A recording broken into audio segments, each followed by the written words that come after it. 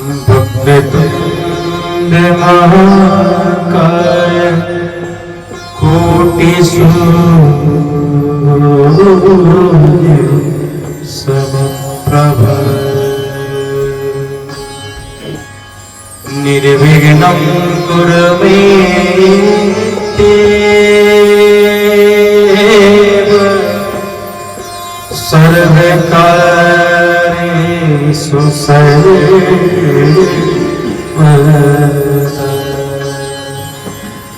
रामाय रामभद्राय रामचन्द्राय वेदसे रघुनाथाय नाथाय रघुनाथाय नाथाय सीताय पतये नमः। अखंड मंडलाकारं व्याप्तं येन चराचरं तत्पदं दर्शितं येन तस्मै श्री गुरुवे नमः। बोले सद्गुरुदेव भगवान की जय। बड़े प्रेम से बोलिए श्री वृंदावन बांके बिहारी लाल की जय।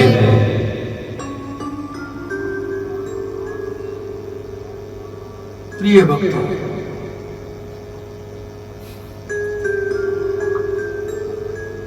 हमारा जो चंद्र ग्रह है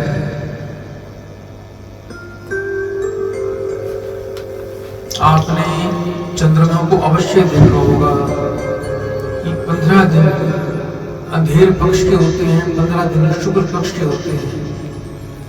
चंद्रमा कृष्ण पक्ष में कैसे घटता है और शुक्ल पक्ष में कैसे बढ़ता है।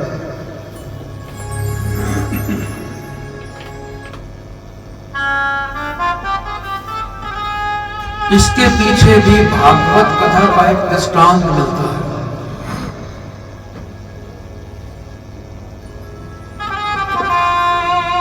कि प्रजापति राजा दक्ष के यहाँ बहुत सी संतानें उत्पन्न हुई।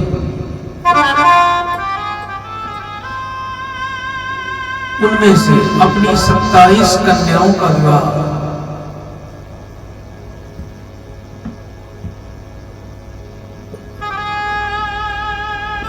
राजा दक्ष ने चंद्रमा के साथ कर दिया। सभी कन्याएं बहुत ही सुंदर थी, लेकिन उसमें रोहिणी का सौंदर्य बहुत ही अद्भुत था।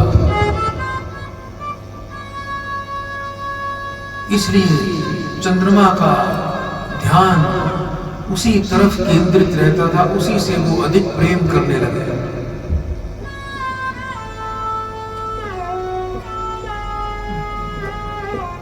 बाकी 26 पत्नियां चंद्रमा पर कोपित हो गई और अपने पिता के पास जाकर बोली कि हे पिता, कि चंद्रमा हमारे पास नहीं आते, सदैव रोहिणी के पास ही रहते हैं।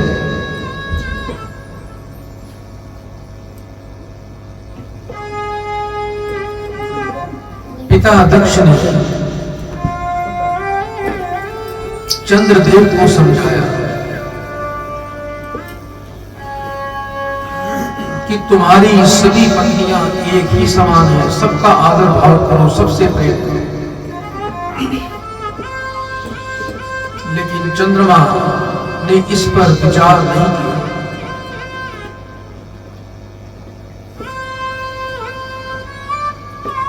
उसके बाद सभी कन्याएं फिर से पिता के पास आई और बोली कि हे पिता,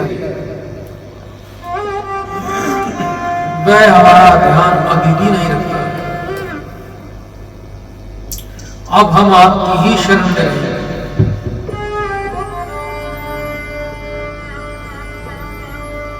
दक्ष प्रजापति को क्रोध आ गया। उसने राज यक्ष मां को प्रकट कर दिया और उसे आदेश दे दिया कि तुम चंद्रमा के भीतर प्रविष्ट हो जाओ।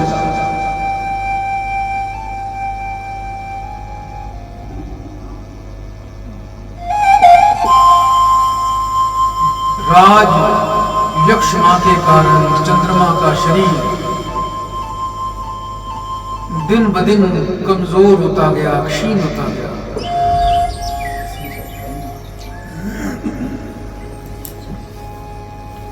चंद्रमा ने बहुत प्रयास किए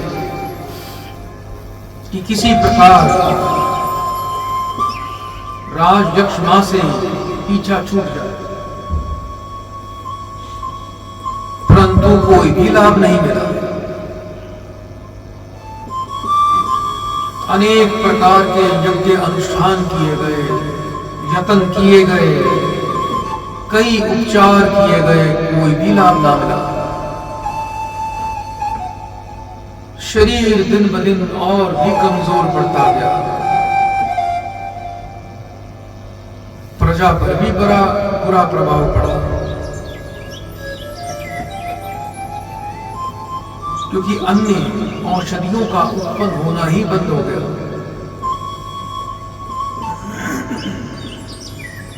सबके स्वाद रस नष्ट होने लग गए। औषधियों के नष्ट होने से समस्त प्राणियों का भी क्षय होने लगा। चंद्रमा के साथ साथ सारी प्रजा भी अत्यंत दुर्लभ हो गई। देवताओं ने चंद्रमा से कहा कि आपका ये कैसा रूप बन गया है,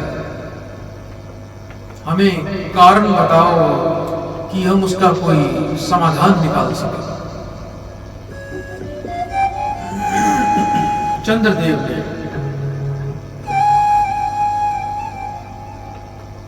देवताओं को पूरा का पूरा वृतांत सुना दिया कि दक्ष प्रजापति के श्राप के कारण ही ऐसा हुआ।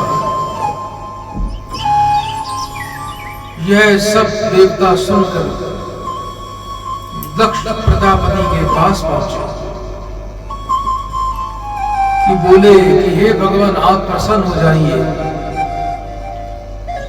चंद्रमा के ऊपर से अपना श्राप हटा दीजिए। चंद्रमा दिन ब दिन क्षीण होता जा रहा है, शक्तिहीन होता जा रहा है, उसका कुछ भी विशेष अंश प्रभाव नहीं दिखाई पड़ रहा है, और यदि ऐसा ही रहा तो हम सब क्षीण हो जाएंगे। दक्ष बोले कि हे देवताओं, मेरा वचन कभी भी असत्य नहीं जाएगा।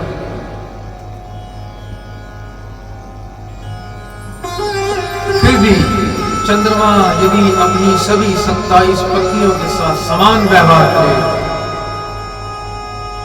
समानता का व्यवहार करे तथा कुछ तीर्थों की सेवा करे, तो आशा है कि कुछ ये ठीक हो जाएंगे।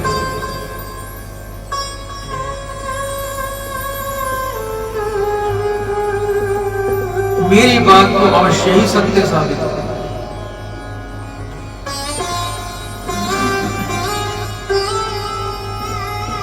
चंद्रमा आधे मास तक क्षीण होते चले जाएंगे, आधे मास तक वो बढ़ते रहेंगे। इसी प्रकार से चंद्रमा कृष्ण पक्ष के 15 दिनों में घटते हैं, अमावस्या आती है, शुक्ल पक्ष के 15 दिन घटते हैं, पूर्णमासी आती है।